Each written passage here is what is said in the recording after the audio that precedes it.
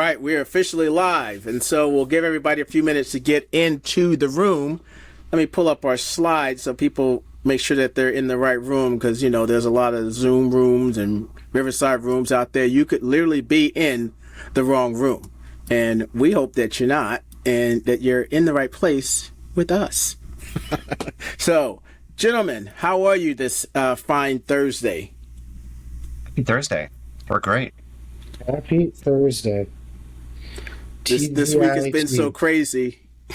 This week has been so crazy. After I said how are you this Thursday, I had to literally go, is it Thursday?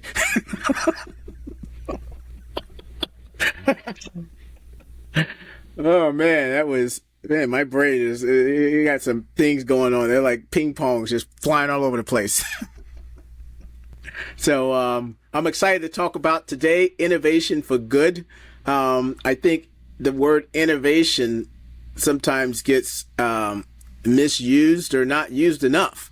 And I'm looking forward to hearing your thoughts on innovation. And the funny thing is, we all met at a summit, which was literally named Innovate Summit. So, and there was a lot of great conversation had there. So I'm looking forward to, if it's relevant, we might bring up a bit of that as well. But today is our third day for all of those for the normal sessions. We hope, as you're watching this, if you're joining live or you're watching the replay, that you've had a chance to see our first panel and our second panel. The reason why we broke all of this out is really to kind of go a little bit deeper than normal and give nonprofits and other businesses that are engaged with nonprofits a better opportunity to, to hear a lot that's going on when it comes to surviving and thriving.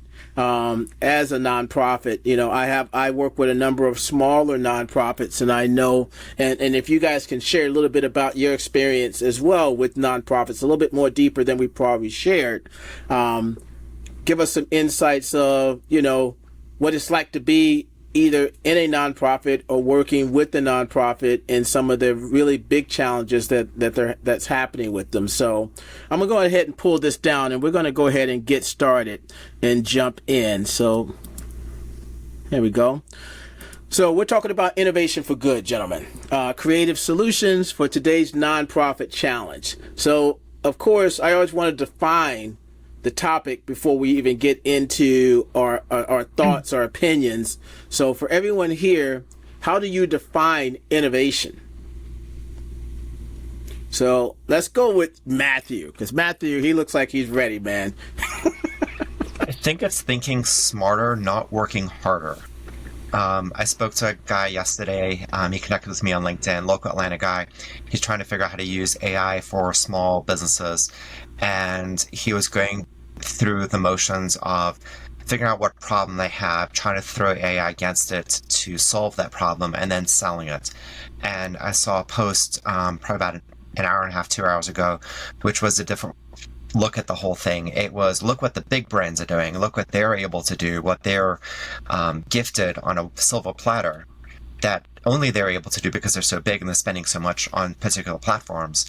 And look at what the smaller brands can't do because they're not hitting the spend thresholds, and they might be able to open to do later on when these platforms allow it. Like, for example, Amazon, their ad platform provides a lot of really cool features for brands spending lots of money, like brand pages and videos and live feeds and all that stuff. But the smaller shops only recently got access to that stuff.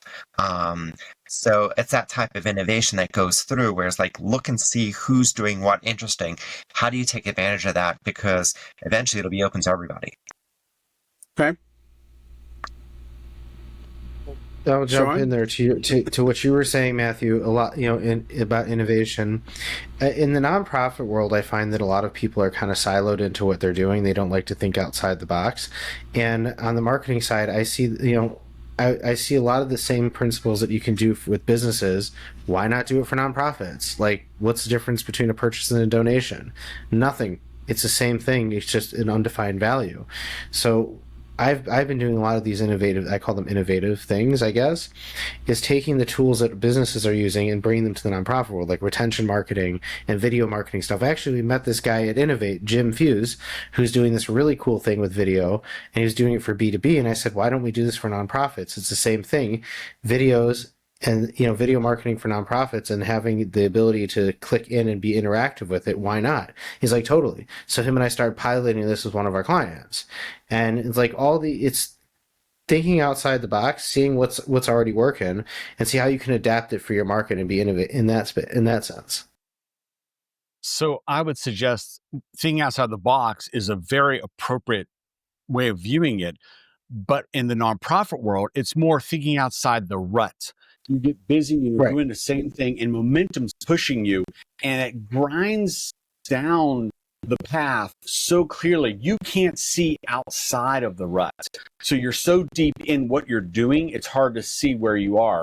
And so innovation really is simply being open to the idea of there is a different way of doing it. There is a different way of getting that same result. It may be better. It may not be. Like, not all innovation works for all organizations. So being able to step back, look up, and see what are the possibilities that are out there. What are other, as Matthew said, what are other people doing that you can copy? I'm fond of saying it's okay to be a copycat as long as you copy the right cat. And it's making sure that you have the openness to be able to look at what innovation is. For nonprofits specifically, I look at being on the cutting edge, not the bleeding edge.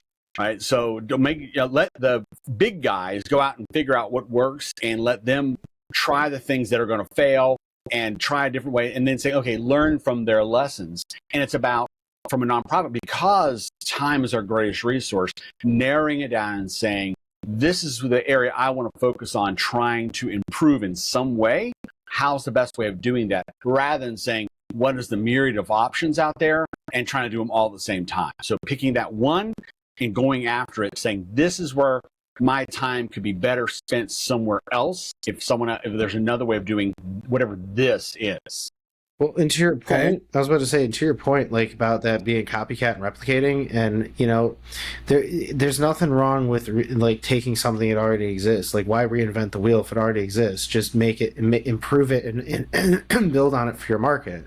And I've done that several times, because like, there's nothing new under the sun. You just have to pick it and pack it and market it the way that to your audience. And exactly as you said, time is our biggest resource. So let's like make it happen. Well, what I'm hearing here is, and I love this. This is all about competition in a way, where I always say, it wasn't me that originally said it. I forget who said it to me. It was probably a mentor. They're paying tuition for you. So let them, but make sure your antennas are up, because if you're not paying attention, that's where you actually lose out. So I want to steer it in, I want to start with the mindset of innovation. I want to start with you, Chris.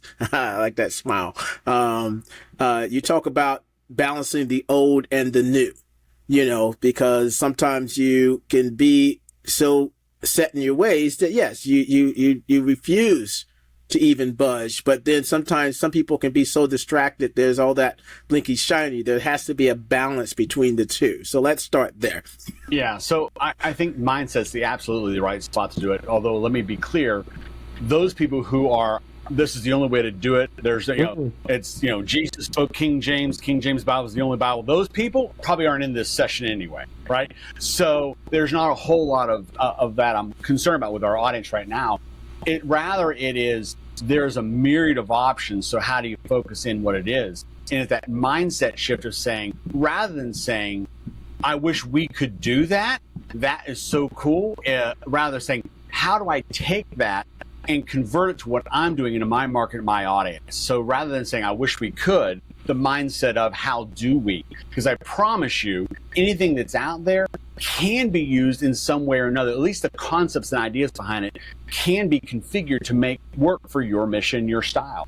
So if that's what you want to do, go after it, but having the right mindset, that openness, as you pointed out, those antennas up saying, I want to look at that. That will be a tool that will help me spend fewer hours in administration, or will help me reach more people, or will help me save, reduce CO2, and whatever it is, using what the big guys are doing and paying the tuition for you, Jimmy, and taking that and moving on, having that mindset that's open to, I think, is absolutely the key ingredient that we as humans miss so often, right? It isn't just nonprofits or for-profits, right?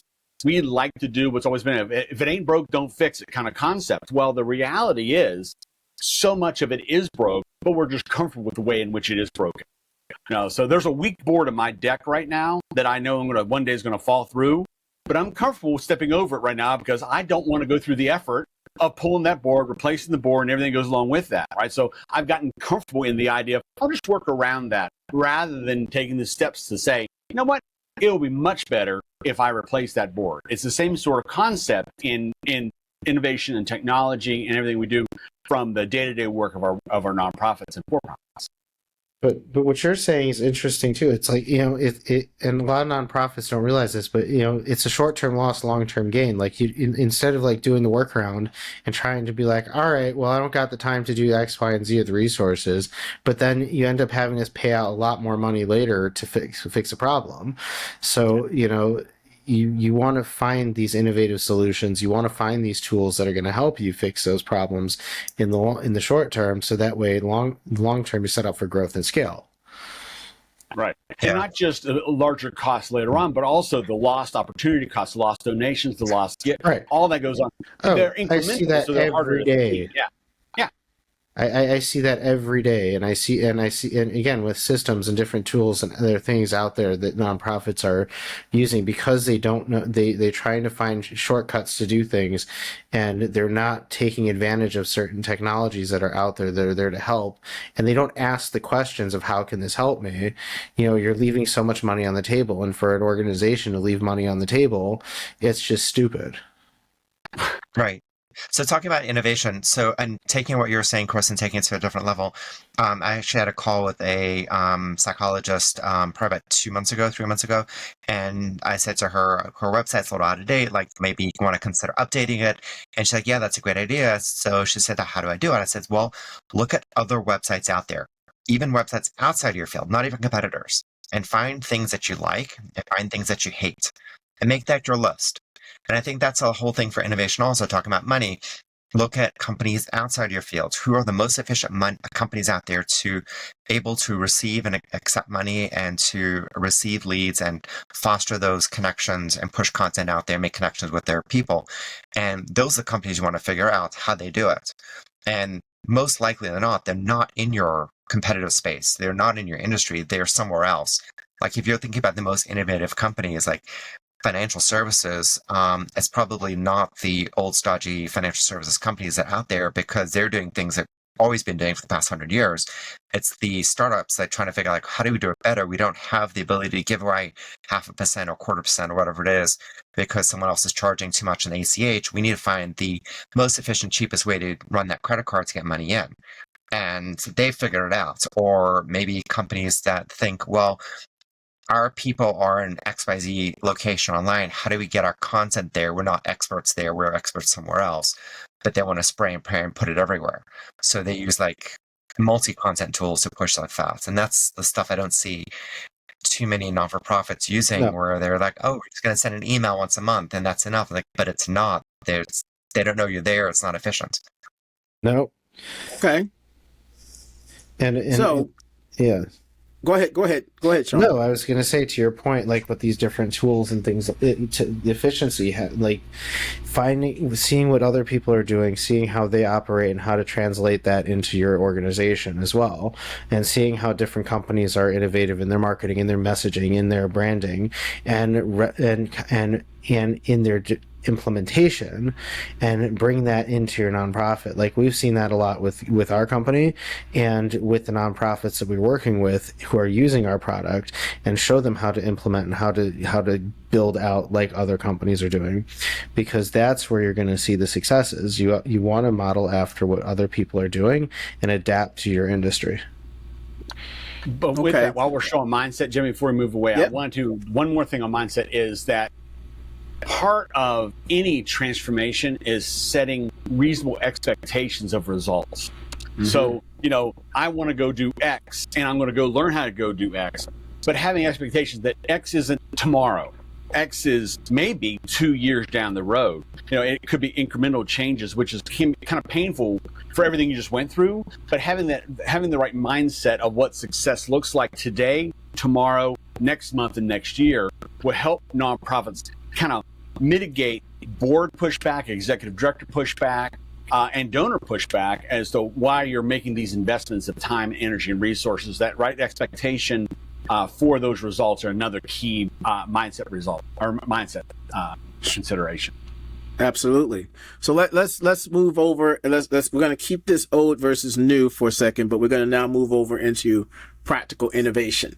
And now I'm going to focus on Matthew for this one here, because you talked about innovation can mean using new technology or using old technology in a new way. So let's look at practicality of innovation, and how do businesses leverage, again, that new or that old in a new way. What is your advice, or what is your take on that?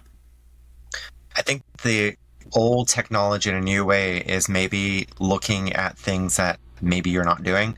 I don't see a lot of non-for-profits doing direct mail, for example. And I'm bullish on direct mail. I think that direct mail is different than digital because you actually have to touch it before you throw it away. And if the piece is created correctly, the staying power is a lot longer. If it's even more closely aligned to a brand, if you've got great messaging, great packaging, then it's going to stick around. Even if someone doesn't do something immediately right then and there, your chances of them doing something are a lot higher. And then you connect that with all the other efforts that you're doing, your chance of them doing something is even greater than that. I think that there's a lot of companies out there trying different things. I think there's a ton of companies doing like cold calling and lead generation. But how do you do that better? How do you find out what's the insight to someone who's more likely to donate? And just working with Sean, some of the prospects that have come through the door, we spoke to them about their data and trying to figure out how do you get in front of the right people at the right time. And when you talk about segmentation, which is an old school advertising marketing thing, like taking your population of a particular city and you put it into a Venn diagram. If here's the population of Atlanta or wherever, and you say, all right, let's make smaller circles of, all right, who's the people most likely to buy? Who's the people who have the money to do it? Who's got this? And now you've got your ICP. Okay, now let's get in front of them. And very quickly, a lot of companies and not-for-profits say, well, let's call them, let's email blast them, let's do all this. But that might not be appropriate. Let's segment into who are the people who donated the last, haven't donated maybe a year. They're warm. Go after them. Hey, remember us? You donated a year ago. Can you donate again? Or the big fish that donate once a year, big check. I see you donated a big check. Can you do that more frequently? Or the small fish that donate a small amount every year or every month, whatever it is. Can you donate $5 more, $10 more? So it's those crazy little concepts of incrementality and then using the data to work with you. Years ago, people used to have these cold callers just calling. Now I've got AI bots doing it. But you've got the lack of the human feel there. And I think going back to the actual real humans doing it is probably a good thing. I mean, it's old tech, it's slower, but it works. Oh, can I jump in on something you were saying? A few things. I've been watching you almost vibrate over there, Sean. So you're talking about direct mail and how a lot of people are not in touch with direct mail and using direct mail, but I find over here on my end of the pond a certain demographic of people still heavily use direct mail. A lot of the nonprofits I've seen over here, especially now around the holiday times and everything, they're putting stuff on your doors. They're doing all sorts of things, and a lot of people think it's stupid, but then you pick it up, and if as you said, if the piece is created properly, and it's not just a flyer, it's not just something you put a magnet on your door, but it's something that's catchy, and then people are more receptive to it. And I see direct mail all the time here. People are in Israel, and especially amongst a certain population that is not hanging out on the internet, they find that direct mail is extremely more popular. Otherwise, they wouldn't be doing it. And what's also interesting is that we all would probably think this is stupid and such a waste of time, but a lot of people, group nonprofits around here, when it comes to collecting money, they send out these robocall blasts, and my phone blows up at least 4 or 5 times a day with all these robocall blasts, and and people give money, and people give, and they get that donation. And to your point about data, understanding your people and taking that more in depth, one of the things that you and I have been working on is data enrichment, and taking tools like Clay, and taking tools like LeadPost, and taking tools like, that are out there to bring in the inbound data and even your existing data, cleaning it up and enriching it to give you better talking points, give you better insights, better understanding of who these people are, going from that one-dimensional list to a whole open spread of everything, gives you more insight and forms better relationships and better communication in order for you to actually get out there and shorten the sales cycle and hit them right where you want to hit them. And so again, all these different things, certain things we might think is old school and outdated, but it works like crazy. Otherwise people wouldn't keep paying for it. And exactly. Yeah. So jump in there, what you're saying, like talking about giveaways, it's the utility. It's the staying factor utility of the giveaway that connects with your brand to the people. So for example, sell me this pen. Like, what's the utility of a pen? It's to sign that check or whatever it is. There's your utility. So depending on what the non-for-profit is, like one of the non-for-profits that I'm connected with in North Atlanta, the head of the non-for-profit gave away collection boxes, but it wasn't like just this cheapy collection box. It was this like metal thing with a nice door, and it had a little lock to it, and it was like a really elevated experience where you drop a coin in and it went ka-clank. Like, there's a huge utility there versus if you go to a grocery store and you see a collection box for one of these big charities, and it's like, you're really going to put in there? It's a little paper thing. It's just lack of utility. It's lack of like making it an elevated experience, which it should be. So I love the idea of direct mail, old school, new school technology of how do you segment your list? How do you better communicate? How do you change the verbiage within the direct mail piece based on the data within inside of your database or that you've appended through some other tool? Things as simple as knowing the right program style language to use, to just as importantly, this donor's always giving you $25, but they actually have the capacity to give you $10,000. Well, don't change right away to 10,000, right? But it knows you can change your language to try to move that donor up the ladder in some way. And because direct mail is old school, but there's lots of new school technology, everything from variable print data and the way, you can have pieces that are printed in color, customized at the print level, like printing a street sign as the big image on the postcard with their name on one cross street and your organization's name on the other cross street, where it varies with every single postcard that's printed, right? There's tons of technology out there to take this old school concept and really bump it up, including things like, now, thank you, pandemic, QR codes have come back into popularity. Oh, yeah. Right? And so you can start to tell a story, but then you can drive them to a video where that story is really embossed and has a great call to action and a giving page all embedded inside that landing page. That's where technology and old school can really come together in a way that is really, really simple to do, but it's also simple not to do because you've never done that. I don't know if I'm going to do that. All those sorts of things are really possible. And so, yeah, that old and new is a great way to look at innovation incrementally. Well, let me jump in here. So I like your analysis. I think that was amazing. Your analysis of tying together Matt and Sean's thing here. And one thing I'm picking up here is, and you guys can all let me know if I'm right or wrong here, is when these organizations determine that I need to try digital for the first time, or I need to move in this direction versus that direction, is kind of like an all-sum game. I'm done with this. I'm going to go here. But what I'm hearing is what you want to do is find the marriage between the two. You're good at this. This has worked, or it might need a refresh because people have exhausted it. How can I leverage new technology in a way that they can work together? So it's not about just giving up on something, but staying true to that, but adding new elements to it. Can I jump in on this one? Yes. Like you said, like when people are like they're like, oh, I'm gonna go digital now. I'm gonna try this. It's all or nothing. So everything else we've done up until now is going in the trash. And it's like, well, that's stupid, because clearly it worked up until now. You just need to take another step and add another piece to the system. You need to tweak the knobs. Going digital with everything is not an end all be all. Nothing is an end all be all to your problem. You need to have multiple channels, multiple things working, spin multiple plates in order to make sure that everything's working correctly. And I talk about this all the time with people who come to me for marketing consulting and systems consulting. And I say, listen, everyone's telling you to be on Instagram, but why should you be on Instagram? Are your people on Instagram? People tell you should be on Facebook. Why should you be on Facebook? Are your people on Facebook? Go where the people are. Do the digital assets to where the people are hanging out, so you get the most bang for your buck.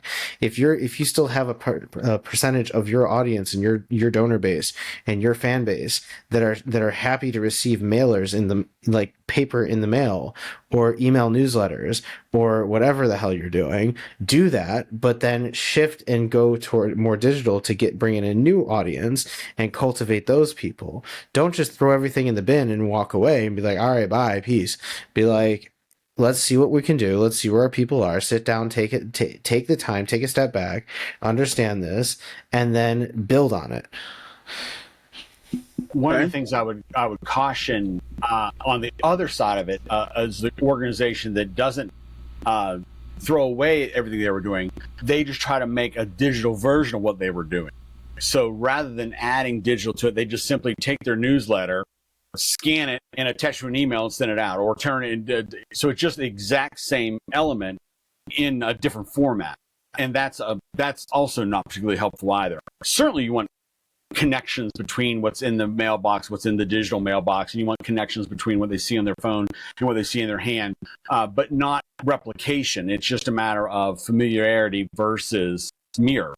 And so it's just as dangerous and just disappointing to throw away everything as it is to just simply duplicate it in different channels. Chris, you don't like receiving a 50 megabyte PDF of a flyer that someone sent out that was created in print shop? I don't, and not only did it from their own personal email address, they sent it from their Outlook account and just mail it to I got it one time from an organization who didn't even bother doing it as a CC. They actually had the list of everybody who got it up there. It was like 300 names in the I did that. I've dealt with that once before, and they're That's like, awesome. why can't I do that? I'm like, why do you think that's acceptable to do? No, don't do that. It took every ounce of energy I had not to reply to all. Really, it did. It was, but back to our topic. I'm sorry. Yeah, no worries. But again, this is all very important stuff, because there's, these tools are created for a reason, but at the end of the day, that is, you still have to do your homework to understand how to properly use these tools. And not, one of my pet peeves is organizations or people reaching out to me with a Gmail address. I'm just like, I immediately have no desire, because I'm like, if you can't get that part right, there's an issue here. Yep. So I understand that. So let's since we're kind of getting into stories here, let's talk about what are some of the innovations that you're either doing or you're seeing out there that is working, to give our viewers an opportunity to see, some of this stuff in action. So, I mean, for us, I'll dive in. I mean, in terms of like these innovative things, like I said, we're doing a lot of retention marketing that we've seen, a lot of big e-com companies and B2B companies and even B2C companies do a lot of retention marketing, where people come to your website and you grab their information, and you send, when you go to a website and you're about to buy something, but you pop off and you magically get a 10% off coupon in your email. People are like, where the hell did that come from? That's retention marketing. So I said to myself, I was like, wait a minute, we're doing this for e-com companies. Why can't we do this for donations? Everyone, it's the same process. People are coming to the site, people are going through the funnel, people want to make a donation, but life happens. So we send them an email saying, hey, we noticed that you were trying, you wanted to, you have to be really creative because people look at you like you're weird, but like you have to be real creative on this one. And we started to do that with donation pages and saw that people were giving because they're like, yeah, I was going to do that. And then the same thing with people coming to the websites where you're getting tons of traffic to your sites every day if you're doing something right, but not everybody's going to sign up for your ebook or not everybody's going to sign up for your newsletter because that's life. But if you can get the people in to your list and then cultivate them from there, then you're going to see significant growth. And we've been seeing that. Like at one of my organizations that we're doing this with went from like 0 to like 300 leads in less than a month. And then we start cultivating them and it turned into, they got a $2,500 donation from one of them. And that's just pure traffic. People don't know about you, but people are relatively interested. They just didn't opt in or do anything directly. And bam. And that's retention marketing. And people don't realize that. People aren't thinking about that. And it's like what I was talking about at the beginning of the presentation. It's like adapting these things that are out there, already out there in the business world and bringing it to the nonprofit world because nonprofits are just a tax deductible business. Okay. Yeah, totally. I agree, Sean. It is one of those areas where, again, we can let the tuition be paid for by the big guys. Right? Mm-hmm. So another area that I'm seeing finally nonprofits starting to embrace is SMS text. And what does that look like in that world? Yeah. And so being able to engage in having a genuine, unique concept around SMS text messaging or even MMS text messaging to be able to drive them to a particular page or to a giving page or to educate or to engage with them in some way. So surveys, responses, all that kind of. So we're finally seeing nonprofits embracing that. There's been a couple that have like really been trailblazers, but generally speaking, nonprofits have stayed away from that. A lot of times out of fear of technology and not wanting to add one more thing to the plate, but also out of just simply not knowing I don't even know how to start, right? I'm used to writing 3-page emails or 3-page newsletters. I'm not used to 180 characters. How do I boil my message? How do I crystallize what I want to say in doing? And when I'm working with nonprofits in that is like, that's not, you're looking at it all wrong. We need to change the paradigm of what you're trying to engage them with and for so that you can start building that.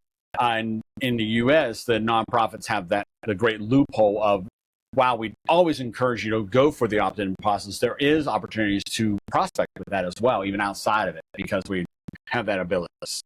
Oh man, can I jump in on the SMS thing too? Because I've been talking about SMS marketing for nonprofits before it became cool, and one of the big proponents inside GiveSuite that I talk about with organizations is you can do text message, you can do SMS marketing, you can do it, do donations through it. People love it. People like, because the way I talked about SMS marketing is that more emails are great. People will respond to emails, but people get so many emails on a regular basis, they don't give a crap. But when something pings right to your phone, and if you're creative enough, which you should be, or your marketing team should be, you can create messages and do bulk texting messages or things like that. And people will respond more because it hits them directly in their pocket. You're going literally right where their wallet is. And it's a nice little tap on the shoulder. You don't even have to do a direct ask, but it's just like a nice little tap on the shoulder.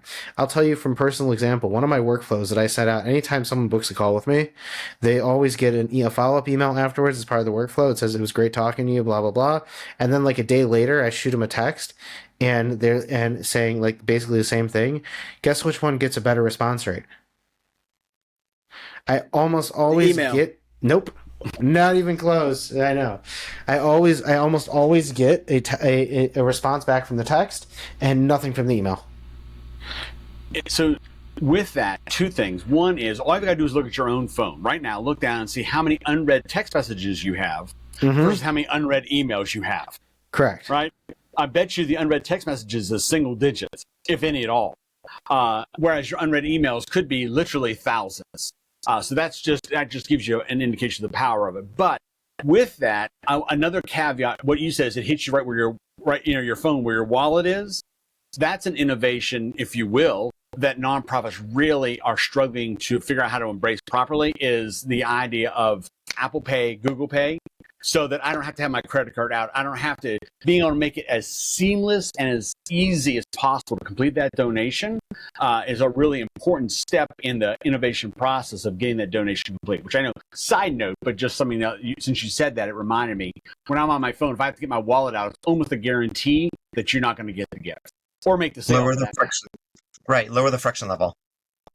Well, that's very interesting. And I have a 17-year-old daughter, and she refuses to carry cash, and she doesn't even like credit cards. She wants Apple Pay. Everything is Apple Pay, and so she's a very clever young lady because she has 3 of my cards connected to her one Apple Pay. Can I have one? No, because I'm running out of money. 1 and 2. This is where, and I think Matthew may say you have to have a multi-channel approach. There is no one thing, and I do, from the small business side of things, I do run across someone, and we do a lot of SEO type stuff. And they'll go, we want to do SEO and we want to use that as our opportunity for new growth, and we're like, no. It's a part of your overall marketing plan. You have to be doing other things, because I have to can remind them over and over.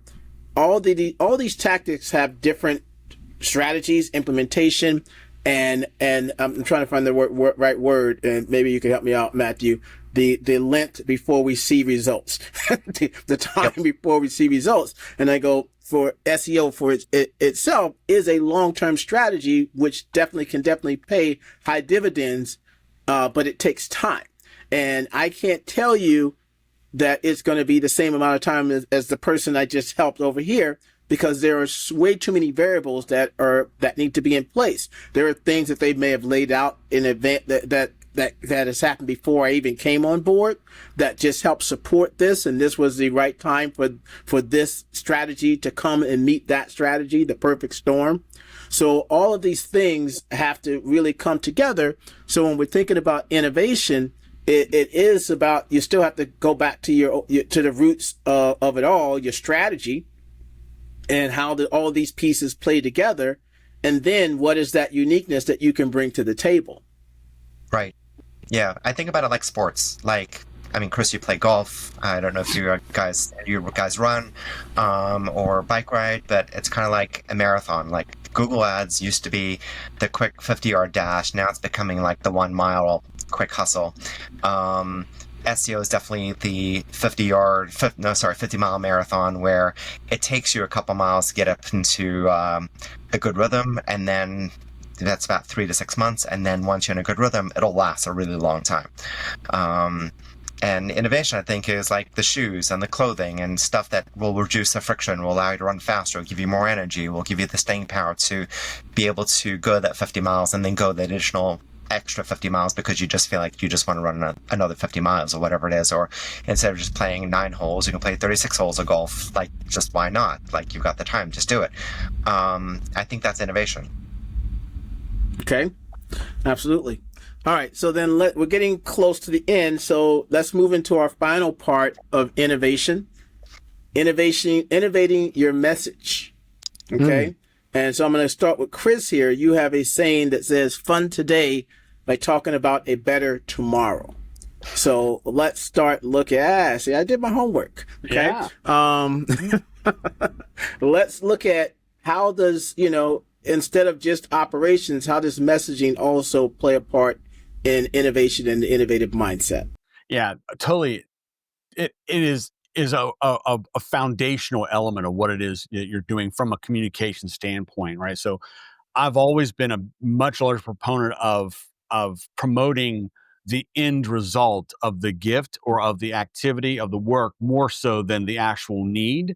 The need is apparent to most individuals, but the result that you're talking about is that better tomorrow through your support, through your gift. So that goes into that SEO, that content marketing.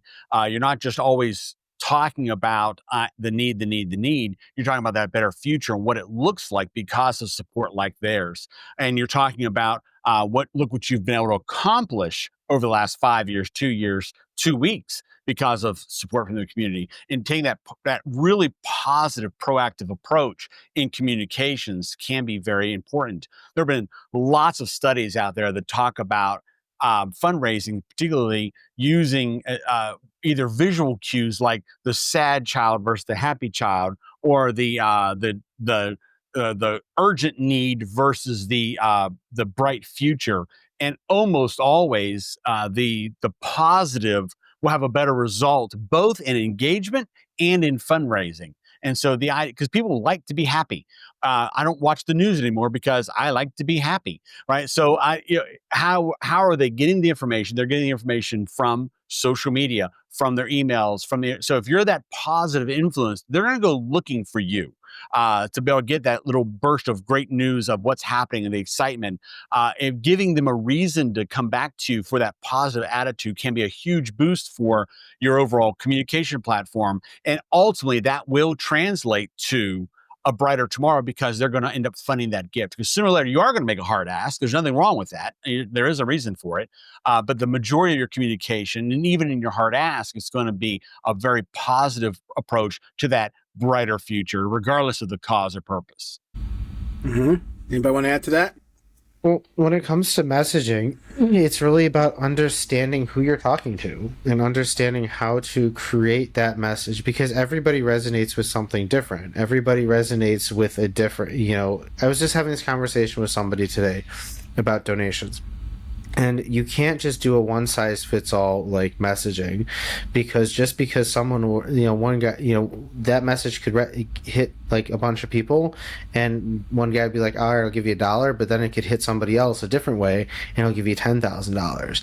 And you never know how it's going to react and hit. But like, if you understand your audience, you can create segmentations and build out those different segments to be able to talk to them effectively, to be able to create that communication. And that's like going back to what I was saying about social media, going back to digital, know where your people, what platforms your people are hanging out on, and build that content around that and speak to them. I see this all the time when people just use a social media scheduler. They put the same post that they're putting on everything, and they just click done, scheduled, and they're like, oh, how come it didn't work? It's like, well, because you have to talk to people in a different way on each platform, and the same thing with your audience. And this is why segmentation in your emails, and segmentation in your SMS list, and segmentation in any form of communication is important, because that way you can gauge how people are interacting with the communications, tweak the messaging, tweak it in ways that are going to hit more direct, and then you're going to see better results. Now, one thing I want to introduce here into this conversation that I haven't heard yet are surveys. Because when we're talking about messaging and making sure we understand how people think, like I think about myself, I absolutely hate text messages. I prefer email. So what I'm saying that because now this is where surveys can be very powerful too. If you do have a great relationship, and sometimes you can't just blast the survey out, because we know those surveys don't get a lot of love when you send them out in a blast email. It's about getting on calls with specific people and almost doing a live survey and getting more real personal information that you get permission to share, or you're just using it as a data point. Let's talk a little bit about that in this whole process here. How do you guys leverage surveys, and what are creative ways that you can get people to actually engage? Oh, pick me, because I'm actually doing this tonight. All right, I'm going to go with Matt first, and then I'm going to come back to you. Bummer. So I'm going to give the inverse of what everyone else is going to say. So I've done surveys. I've been part of surveys. I've been part of creating surveys. I think that nowadays, from what I've seen, being the recipient of a lot of surveys, I get a ton in my inbox frequently from different market research companies, and companies ask me what I think of the last service that I had with them, whatever it is.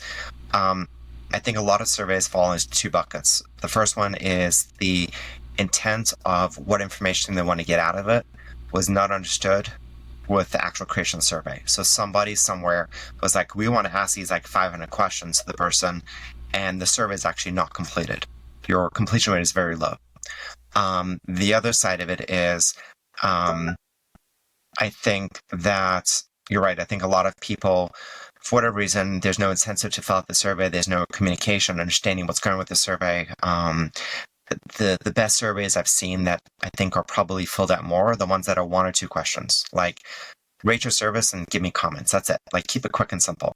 Like some grocery stores and some delivery companies, like they got really smart really quickly because they realized no one's filling out these 5-question surveys, even through the 3 questions. It's like 1 question and you're done.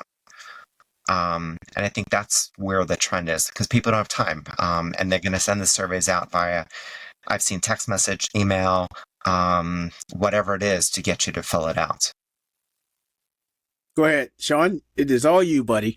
So when it comes to getting people to do stuff and engaging with you and creating this type of stuff, one of the things I like to do with our users, I don't do surveys so much, but I like to create it. I like to do spin-off podcasts. Like, I have a podcast that I do every single week, and we're actually about to do a spin-off podcast for our company, and I'm calling it Beyond the Bottom Line, where I'm interviewing all of our users who are essentially founders and executive directors of nonprofits, getting their story, understanding who they are, what they're all about on the human level, because everyone finds that interesting. Because why the heck did you get into a nonprofit? Why would you want to do that? Like, honestly, come on.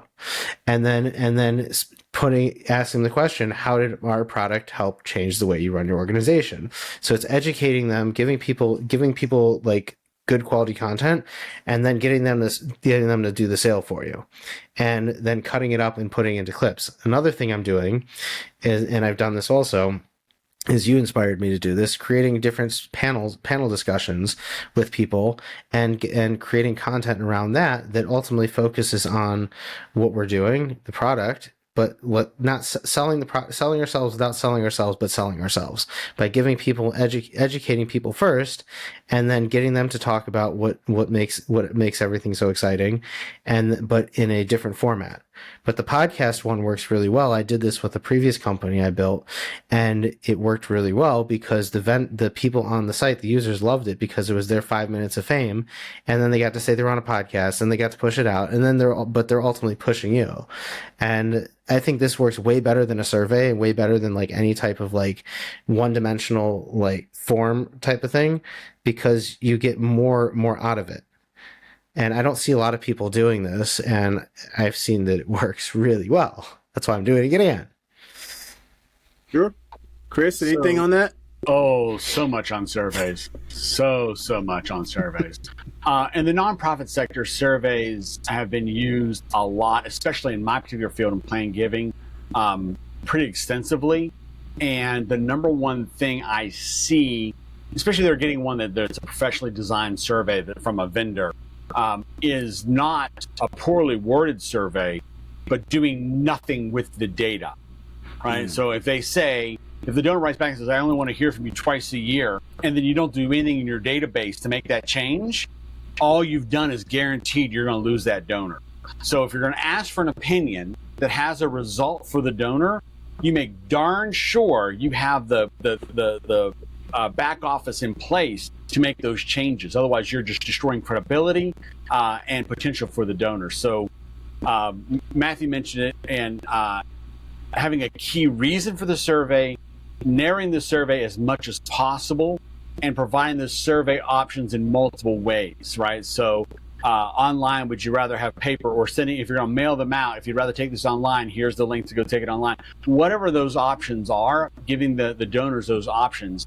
And I'm a big fan of short surveys, But depending on what your goal is, it may be a 15 or a 20 question survey, and you're going to get a lower response rate, but those responses are going to be really powerful if you know how to use and follow up with it. So doing a survey for the sake of surveys is an absolute waste of time, energy, and money, and collateral with your constituents. But if you have a very clear reason and a survey is the best way of getting that information, then it's a great opportunity. Going back to what you said, Jimmy, you're talking about surveys that are one-on-one in a phone call kind of conversation. So when nonprofits are leading up to major campaigns, they'll often do what's called a program study or a mission planning study to kind of lead up to that kind of, and those are very much surveys, right? And that's a great tool to determine those customers, those donors' intentions on that particular campaign. Because I've said it 1,000 times, if not more. If you want a gift, ask for their opinion. If you want an opinion, ask for a gift. And so a survey gives you the opportunity to get that opinion and then be able to better position yourself for that gift down the road.